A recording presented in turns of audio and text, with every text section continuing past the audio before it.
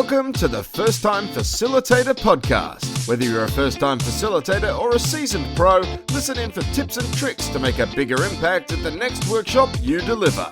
And now, your host, Leanne Hughes.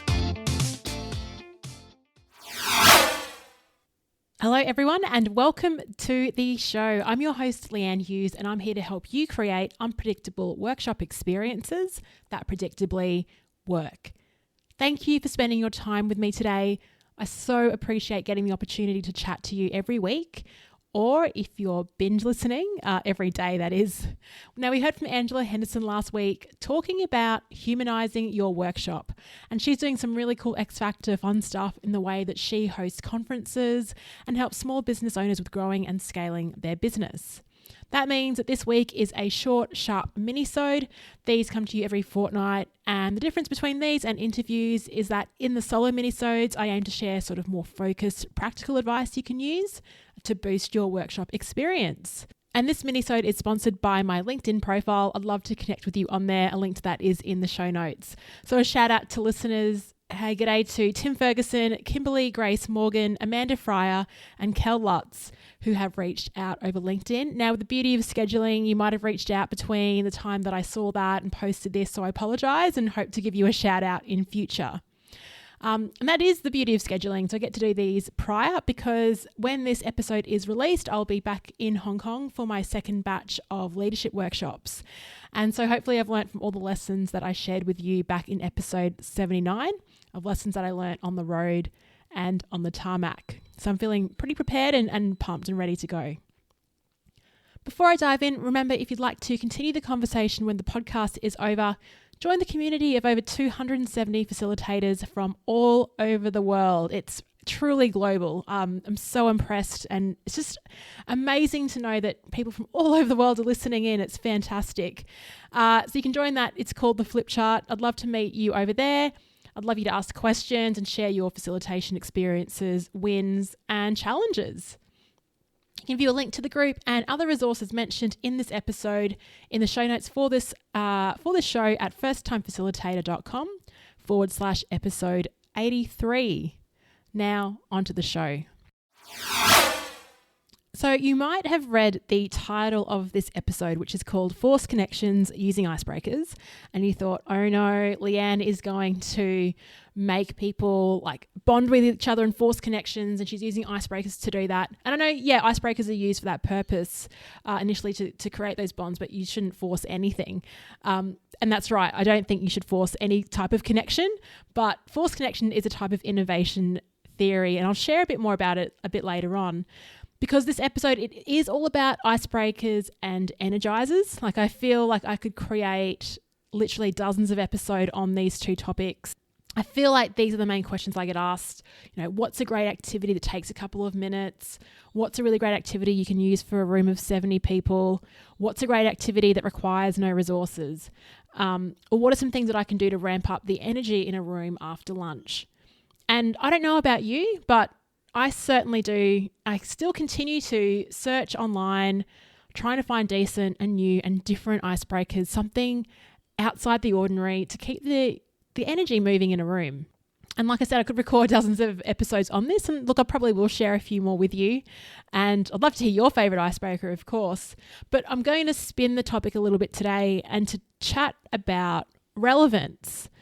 So as you know, I chat to many facilitators and I've had a conversation with lots of previous guests, and the advice that I continue to hear is that it's important to do an energizer or an icebreaker that relates to the content. So it needs to be relevant to the topic.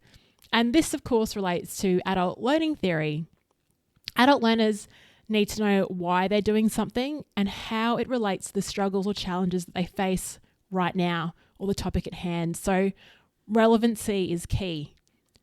And I agree with that. I agree it is important to have relevant icebreakers and energizers. However, and this may be controversial, but I'm of the school of thought that you can really relate any type of icebreaker to the content at hand particularly if you work in corporate type of training and are covering like a suite of soft skills like communication, leadership, team effectiveness. Those are very broad and high level themes, and I find it very easy to link any icebreaker with those topics. Because the topics are so broad, there are just so many different ways that you can debrief an icebreaker that you can relate it to the topic at hand.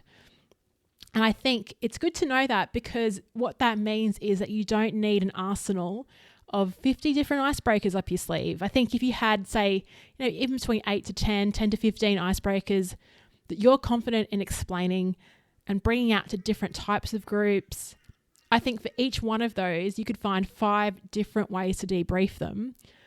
And what that means is then you can make sure that it is relevant and hits the target for your audience. So let me explain by giving you an example. Actually, I might even start by telling you about forced connection. What forced connection is, I'm sure there's people that run innovation workshops listening in that could describe it a bit better than I, but I use it as an activity. It's an innovation activity to create new ideas. And what it is all about is linking 2 random objects together and finding similarities and differences and seeing if we can create a new idea because of that. For example, I ran a workshop last year. It was on how to interview when you're recording a podcast, because I'd learned a bit over the 8 months that I'd had and thought I could share that with other people. And I shared this activity, forced connection. So what it is, it's getting 2 random objects. So the 2 objects we used in this example was a banana and Paris, the city Paris. And I got the participants to try to figure out what was similar or different, how they could force a connection between a banana and Paris. And so the process works by, you look at the banana and you brainstorm all the features, benefits, attributes of a banana. So you might say things like, is yellow, you can eat it, it grows on trees, grows in tropical climates. That's one example. And then you brainstorm the features, benefits, attributes of Paris. So it's a capital city, has the Eiffel Tower, croissants, beautiful architecture, Notre Dame, etc. Okay, so you just go through this process. First, you individually map out each of the attributes. Then you go through each column and see, hey, how could these actually link up together? Are there any features, benefits, attributes that they have in common? And one really great example still stands out for me is someone mentioned with the banana example, what they found was that the big banana in Coffs Harbour, New South Wales, was very similar in that it was an iconic landmark similar to the Eiffel Tower in Paris. So that was one way that they linked the 2 random objects and cities. So a banana in Paris, that's how they linked them together, was going through that process of forced connection. I think, so just by that example, you can do it with any random activity. So I think, my belief is that with an icebreaker, it doesn't matter what the topic is, surely there's a way of linking it to the topic you've got at hand through the debrief. So let me give you this example. Now, I posted up my Ultimate Facilitator packing list on LinkedIn recently. I covered this checklist in an earlier episode. What it is, it's just a 1-page packing list I use to make sure that I don't forget anything when I deliver a workshop. I got a few comments on that because on the list I had listed 3 tennis balls. And everyone wanted to know what the heck the tennis balls were about. And so I use these. I think it's good to have like just balls that you can throw in a workshop environment. You can use them in a variety of ways. But one typical icebreaker, a good one after a break, is called Warp Speed. It's an oldie. It's a goodie. It works for groups for up to about 20 people, I'd say, no more than that. How it works is you get everyone in a circle. You appoint a leader. The leader starts off with the ball. The rules are that they need to ensure the ball touches everyone's hand. So you can't pass it to the person next to you and it can't go back to a person. So you can only handle the ball once. Once everyone has touched the ball once, the ball has to go back to the leader. So you give those set of instructions. As a facilitator, you sit back and you actually bring out a flip chart and start timing them so they can see a stopwatch. Now, usually the first time the group tries it, they try to figure out a pattern. People drop the ball. There's a bit of confusion. It takes a bit of time. It's very slow, but they do get there. Then you find out, I guess, after the first attempt, what I suggest doing is stopping the clock and reading out the time. So if they took 3 minutes, call that out. And then you write that time down on a nearby flip chart where it's clearly visible. Then the group sees that and they try the activity a second time. You time them again. The second time is usually faster, and it goes on. So after about 3 or 4 attempts, You can throw a line in like, hey, I did this to a group last week. I did the same activity and they managed to finish it in under 5 seconds. What you find is that the group is blown away. Like, how on earth can a group do that? Then they figure out ways to make that happen by like moving closer or using a tunnel approach for the ball, or, and gravity is their friend. There's all sorts of ways they can try to get it under 5 seconds, which is not the traditional way of approaching it. That's a super quick summary. I'll link to the game and better instructions in the show notes, but I wanted to talk more about the debrief on that activity. So like I said, it's one activity, but you can use it in a variety of ways and mediums. So how do you debrief it? Let's talk about first assumptions and decision making.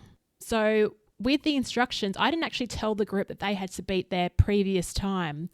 The team assumed they had to get faster. As a facilitator, I also didn't tell the team that they had to stay planted in the circle. That was an assumption. And how do assumptions affect your decisions? Well, if the group decided the criteria for success was speed, even though I, as a facilitator, giving you the exercise didn't tell you that, that's pretty interesting. That's all these inherent assumptions about what we need to do. So how does this play out in a work environment? What kinds of decisions are we making based on existing assumptions and the way that things should be? That's an assumptions and decision-making debrief.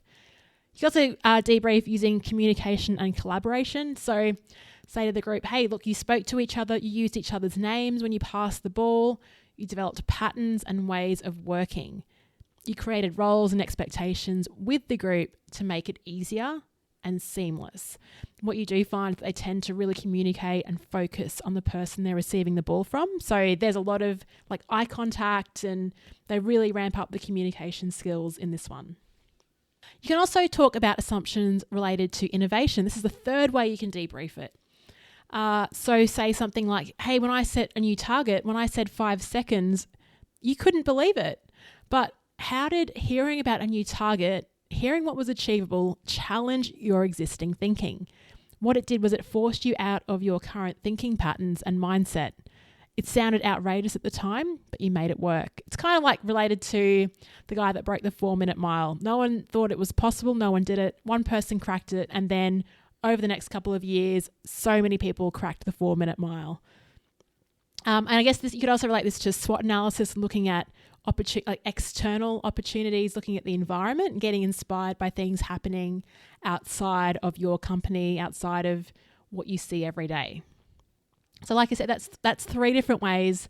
I did not spend much time writing this debrief, but just some really simple ways through thinking about the topic that I'm delivering that I could relate that one icebreaker to 3 different topics. You know what another gold question is? It's actually asking the group, so getting them to turn to the person next to them or to groups of 3s and saying, hey, we've just done this activity. What do you think the lesson in this is? Or how does this activity relate to what we've covered this morning? And that second question about relating the activity to something they've learnt this morning is like a forced connection exercise. So you're getting the participants to look at 2 random ideas, the activity versus what was covered in the morning, and you get them to try and find the similarities. And I think if they determine their own lessons from the exercise, that is really, it's more powerful than you telling them what to explore or what they should have got out of it. So that's another cool way of doing it. Now let's throw another idea into the mix, the walk stop game. I saw this on Drew Tarvin's YouTube channel. I use it all the time. I freaking love it. It's such a great energizer. It works for groups from 10 to infinity and beyond.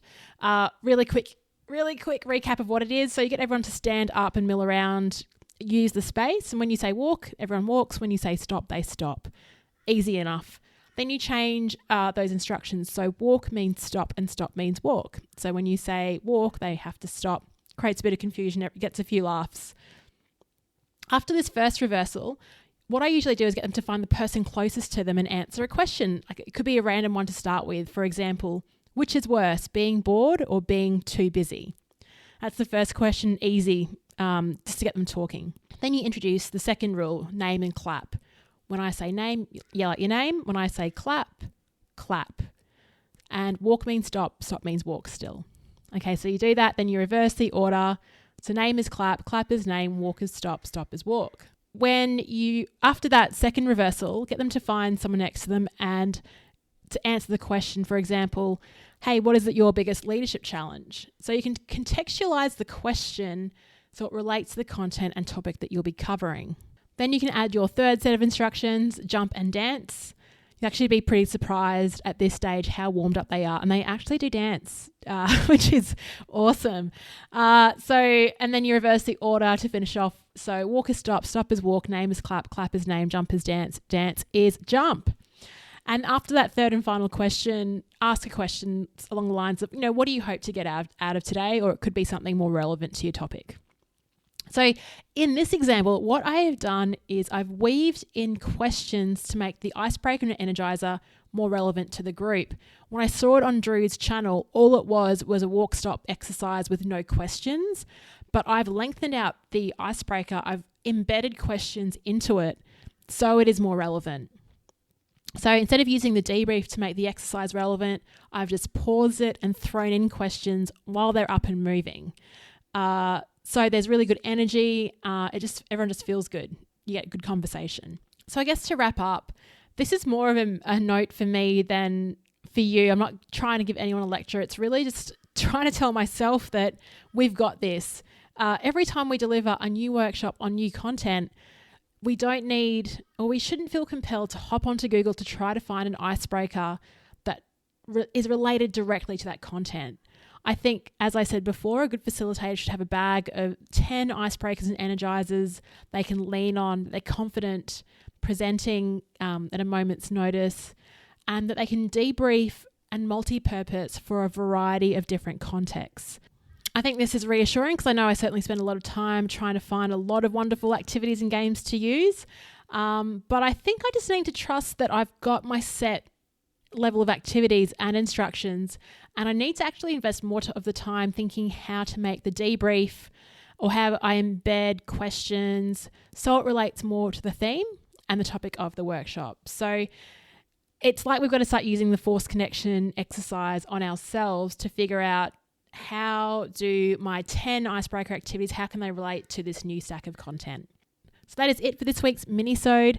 I guess the action I'd like you to take is to consider your existing toolkit of exercises and the next topic you're about to deliver and challenge yourself to force the connection between your exercise and the topic at hand. I think you can do it. If you get stuck though, you can join the flip chart and crowdsource the answer from our global audience in the group. I hope you have a wonderful week and I'll catch you next week for another interview. Have a good one.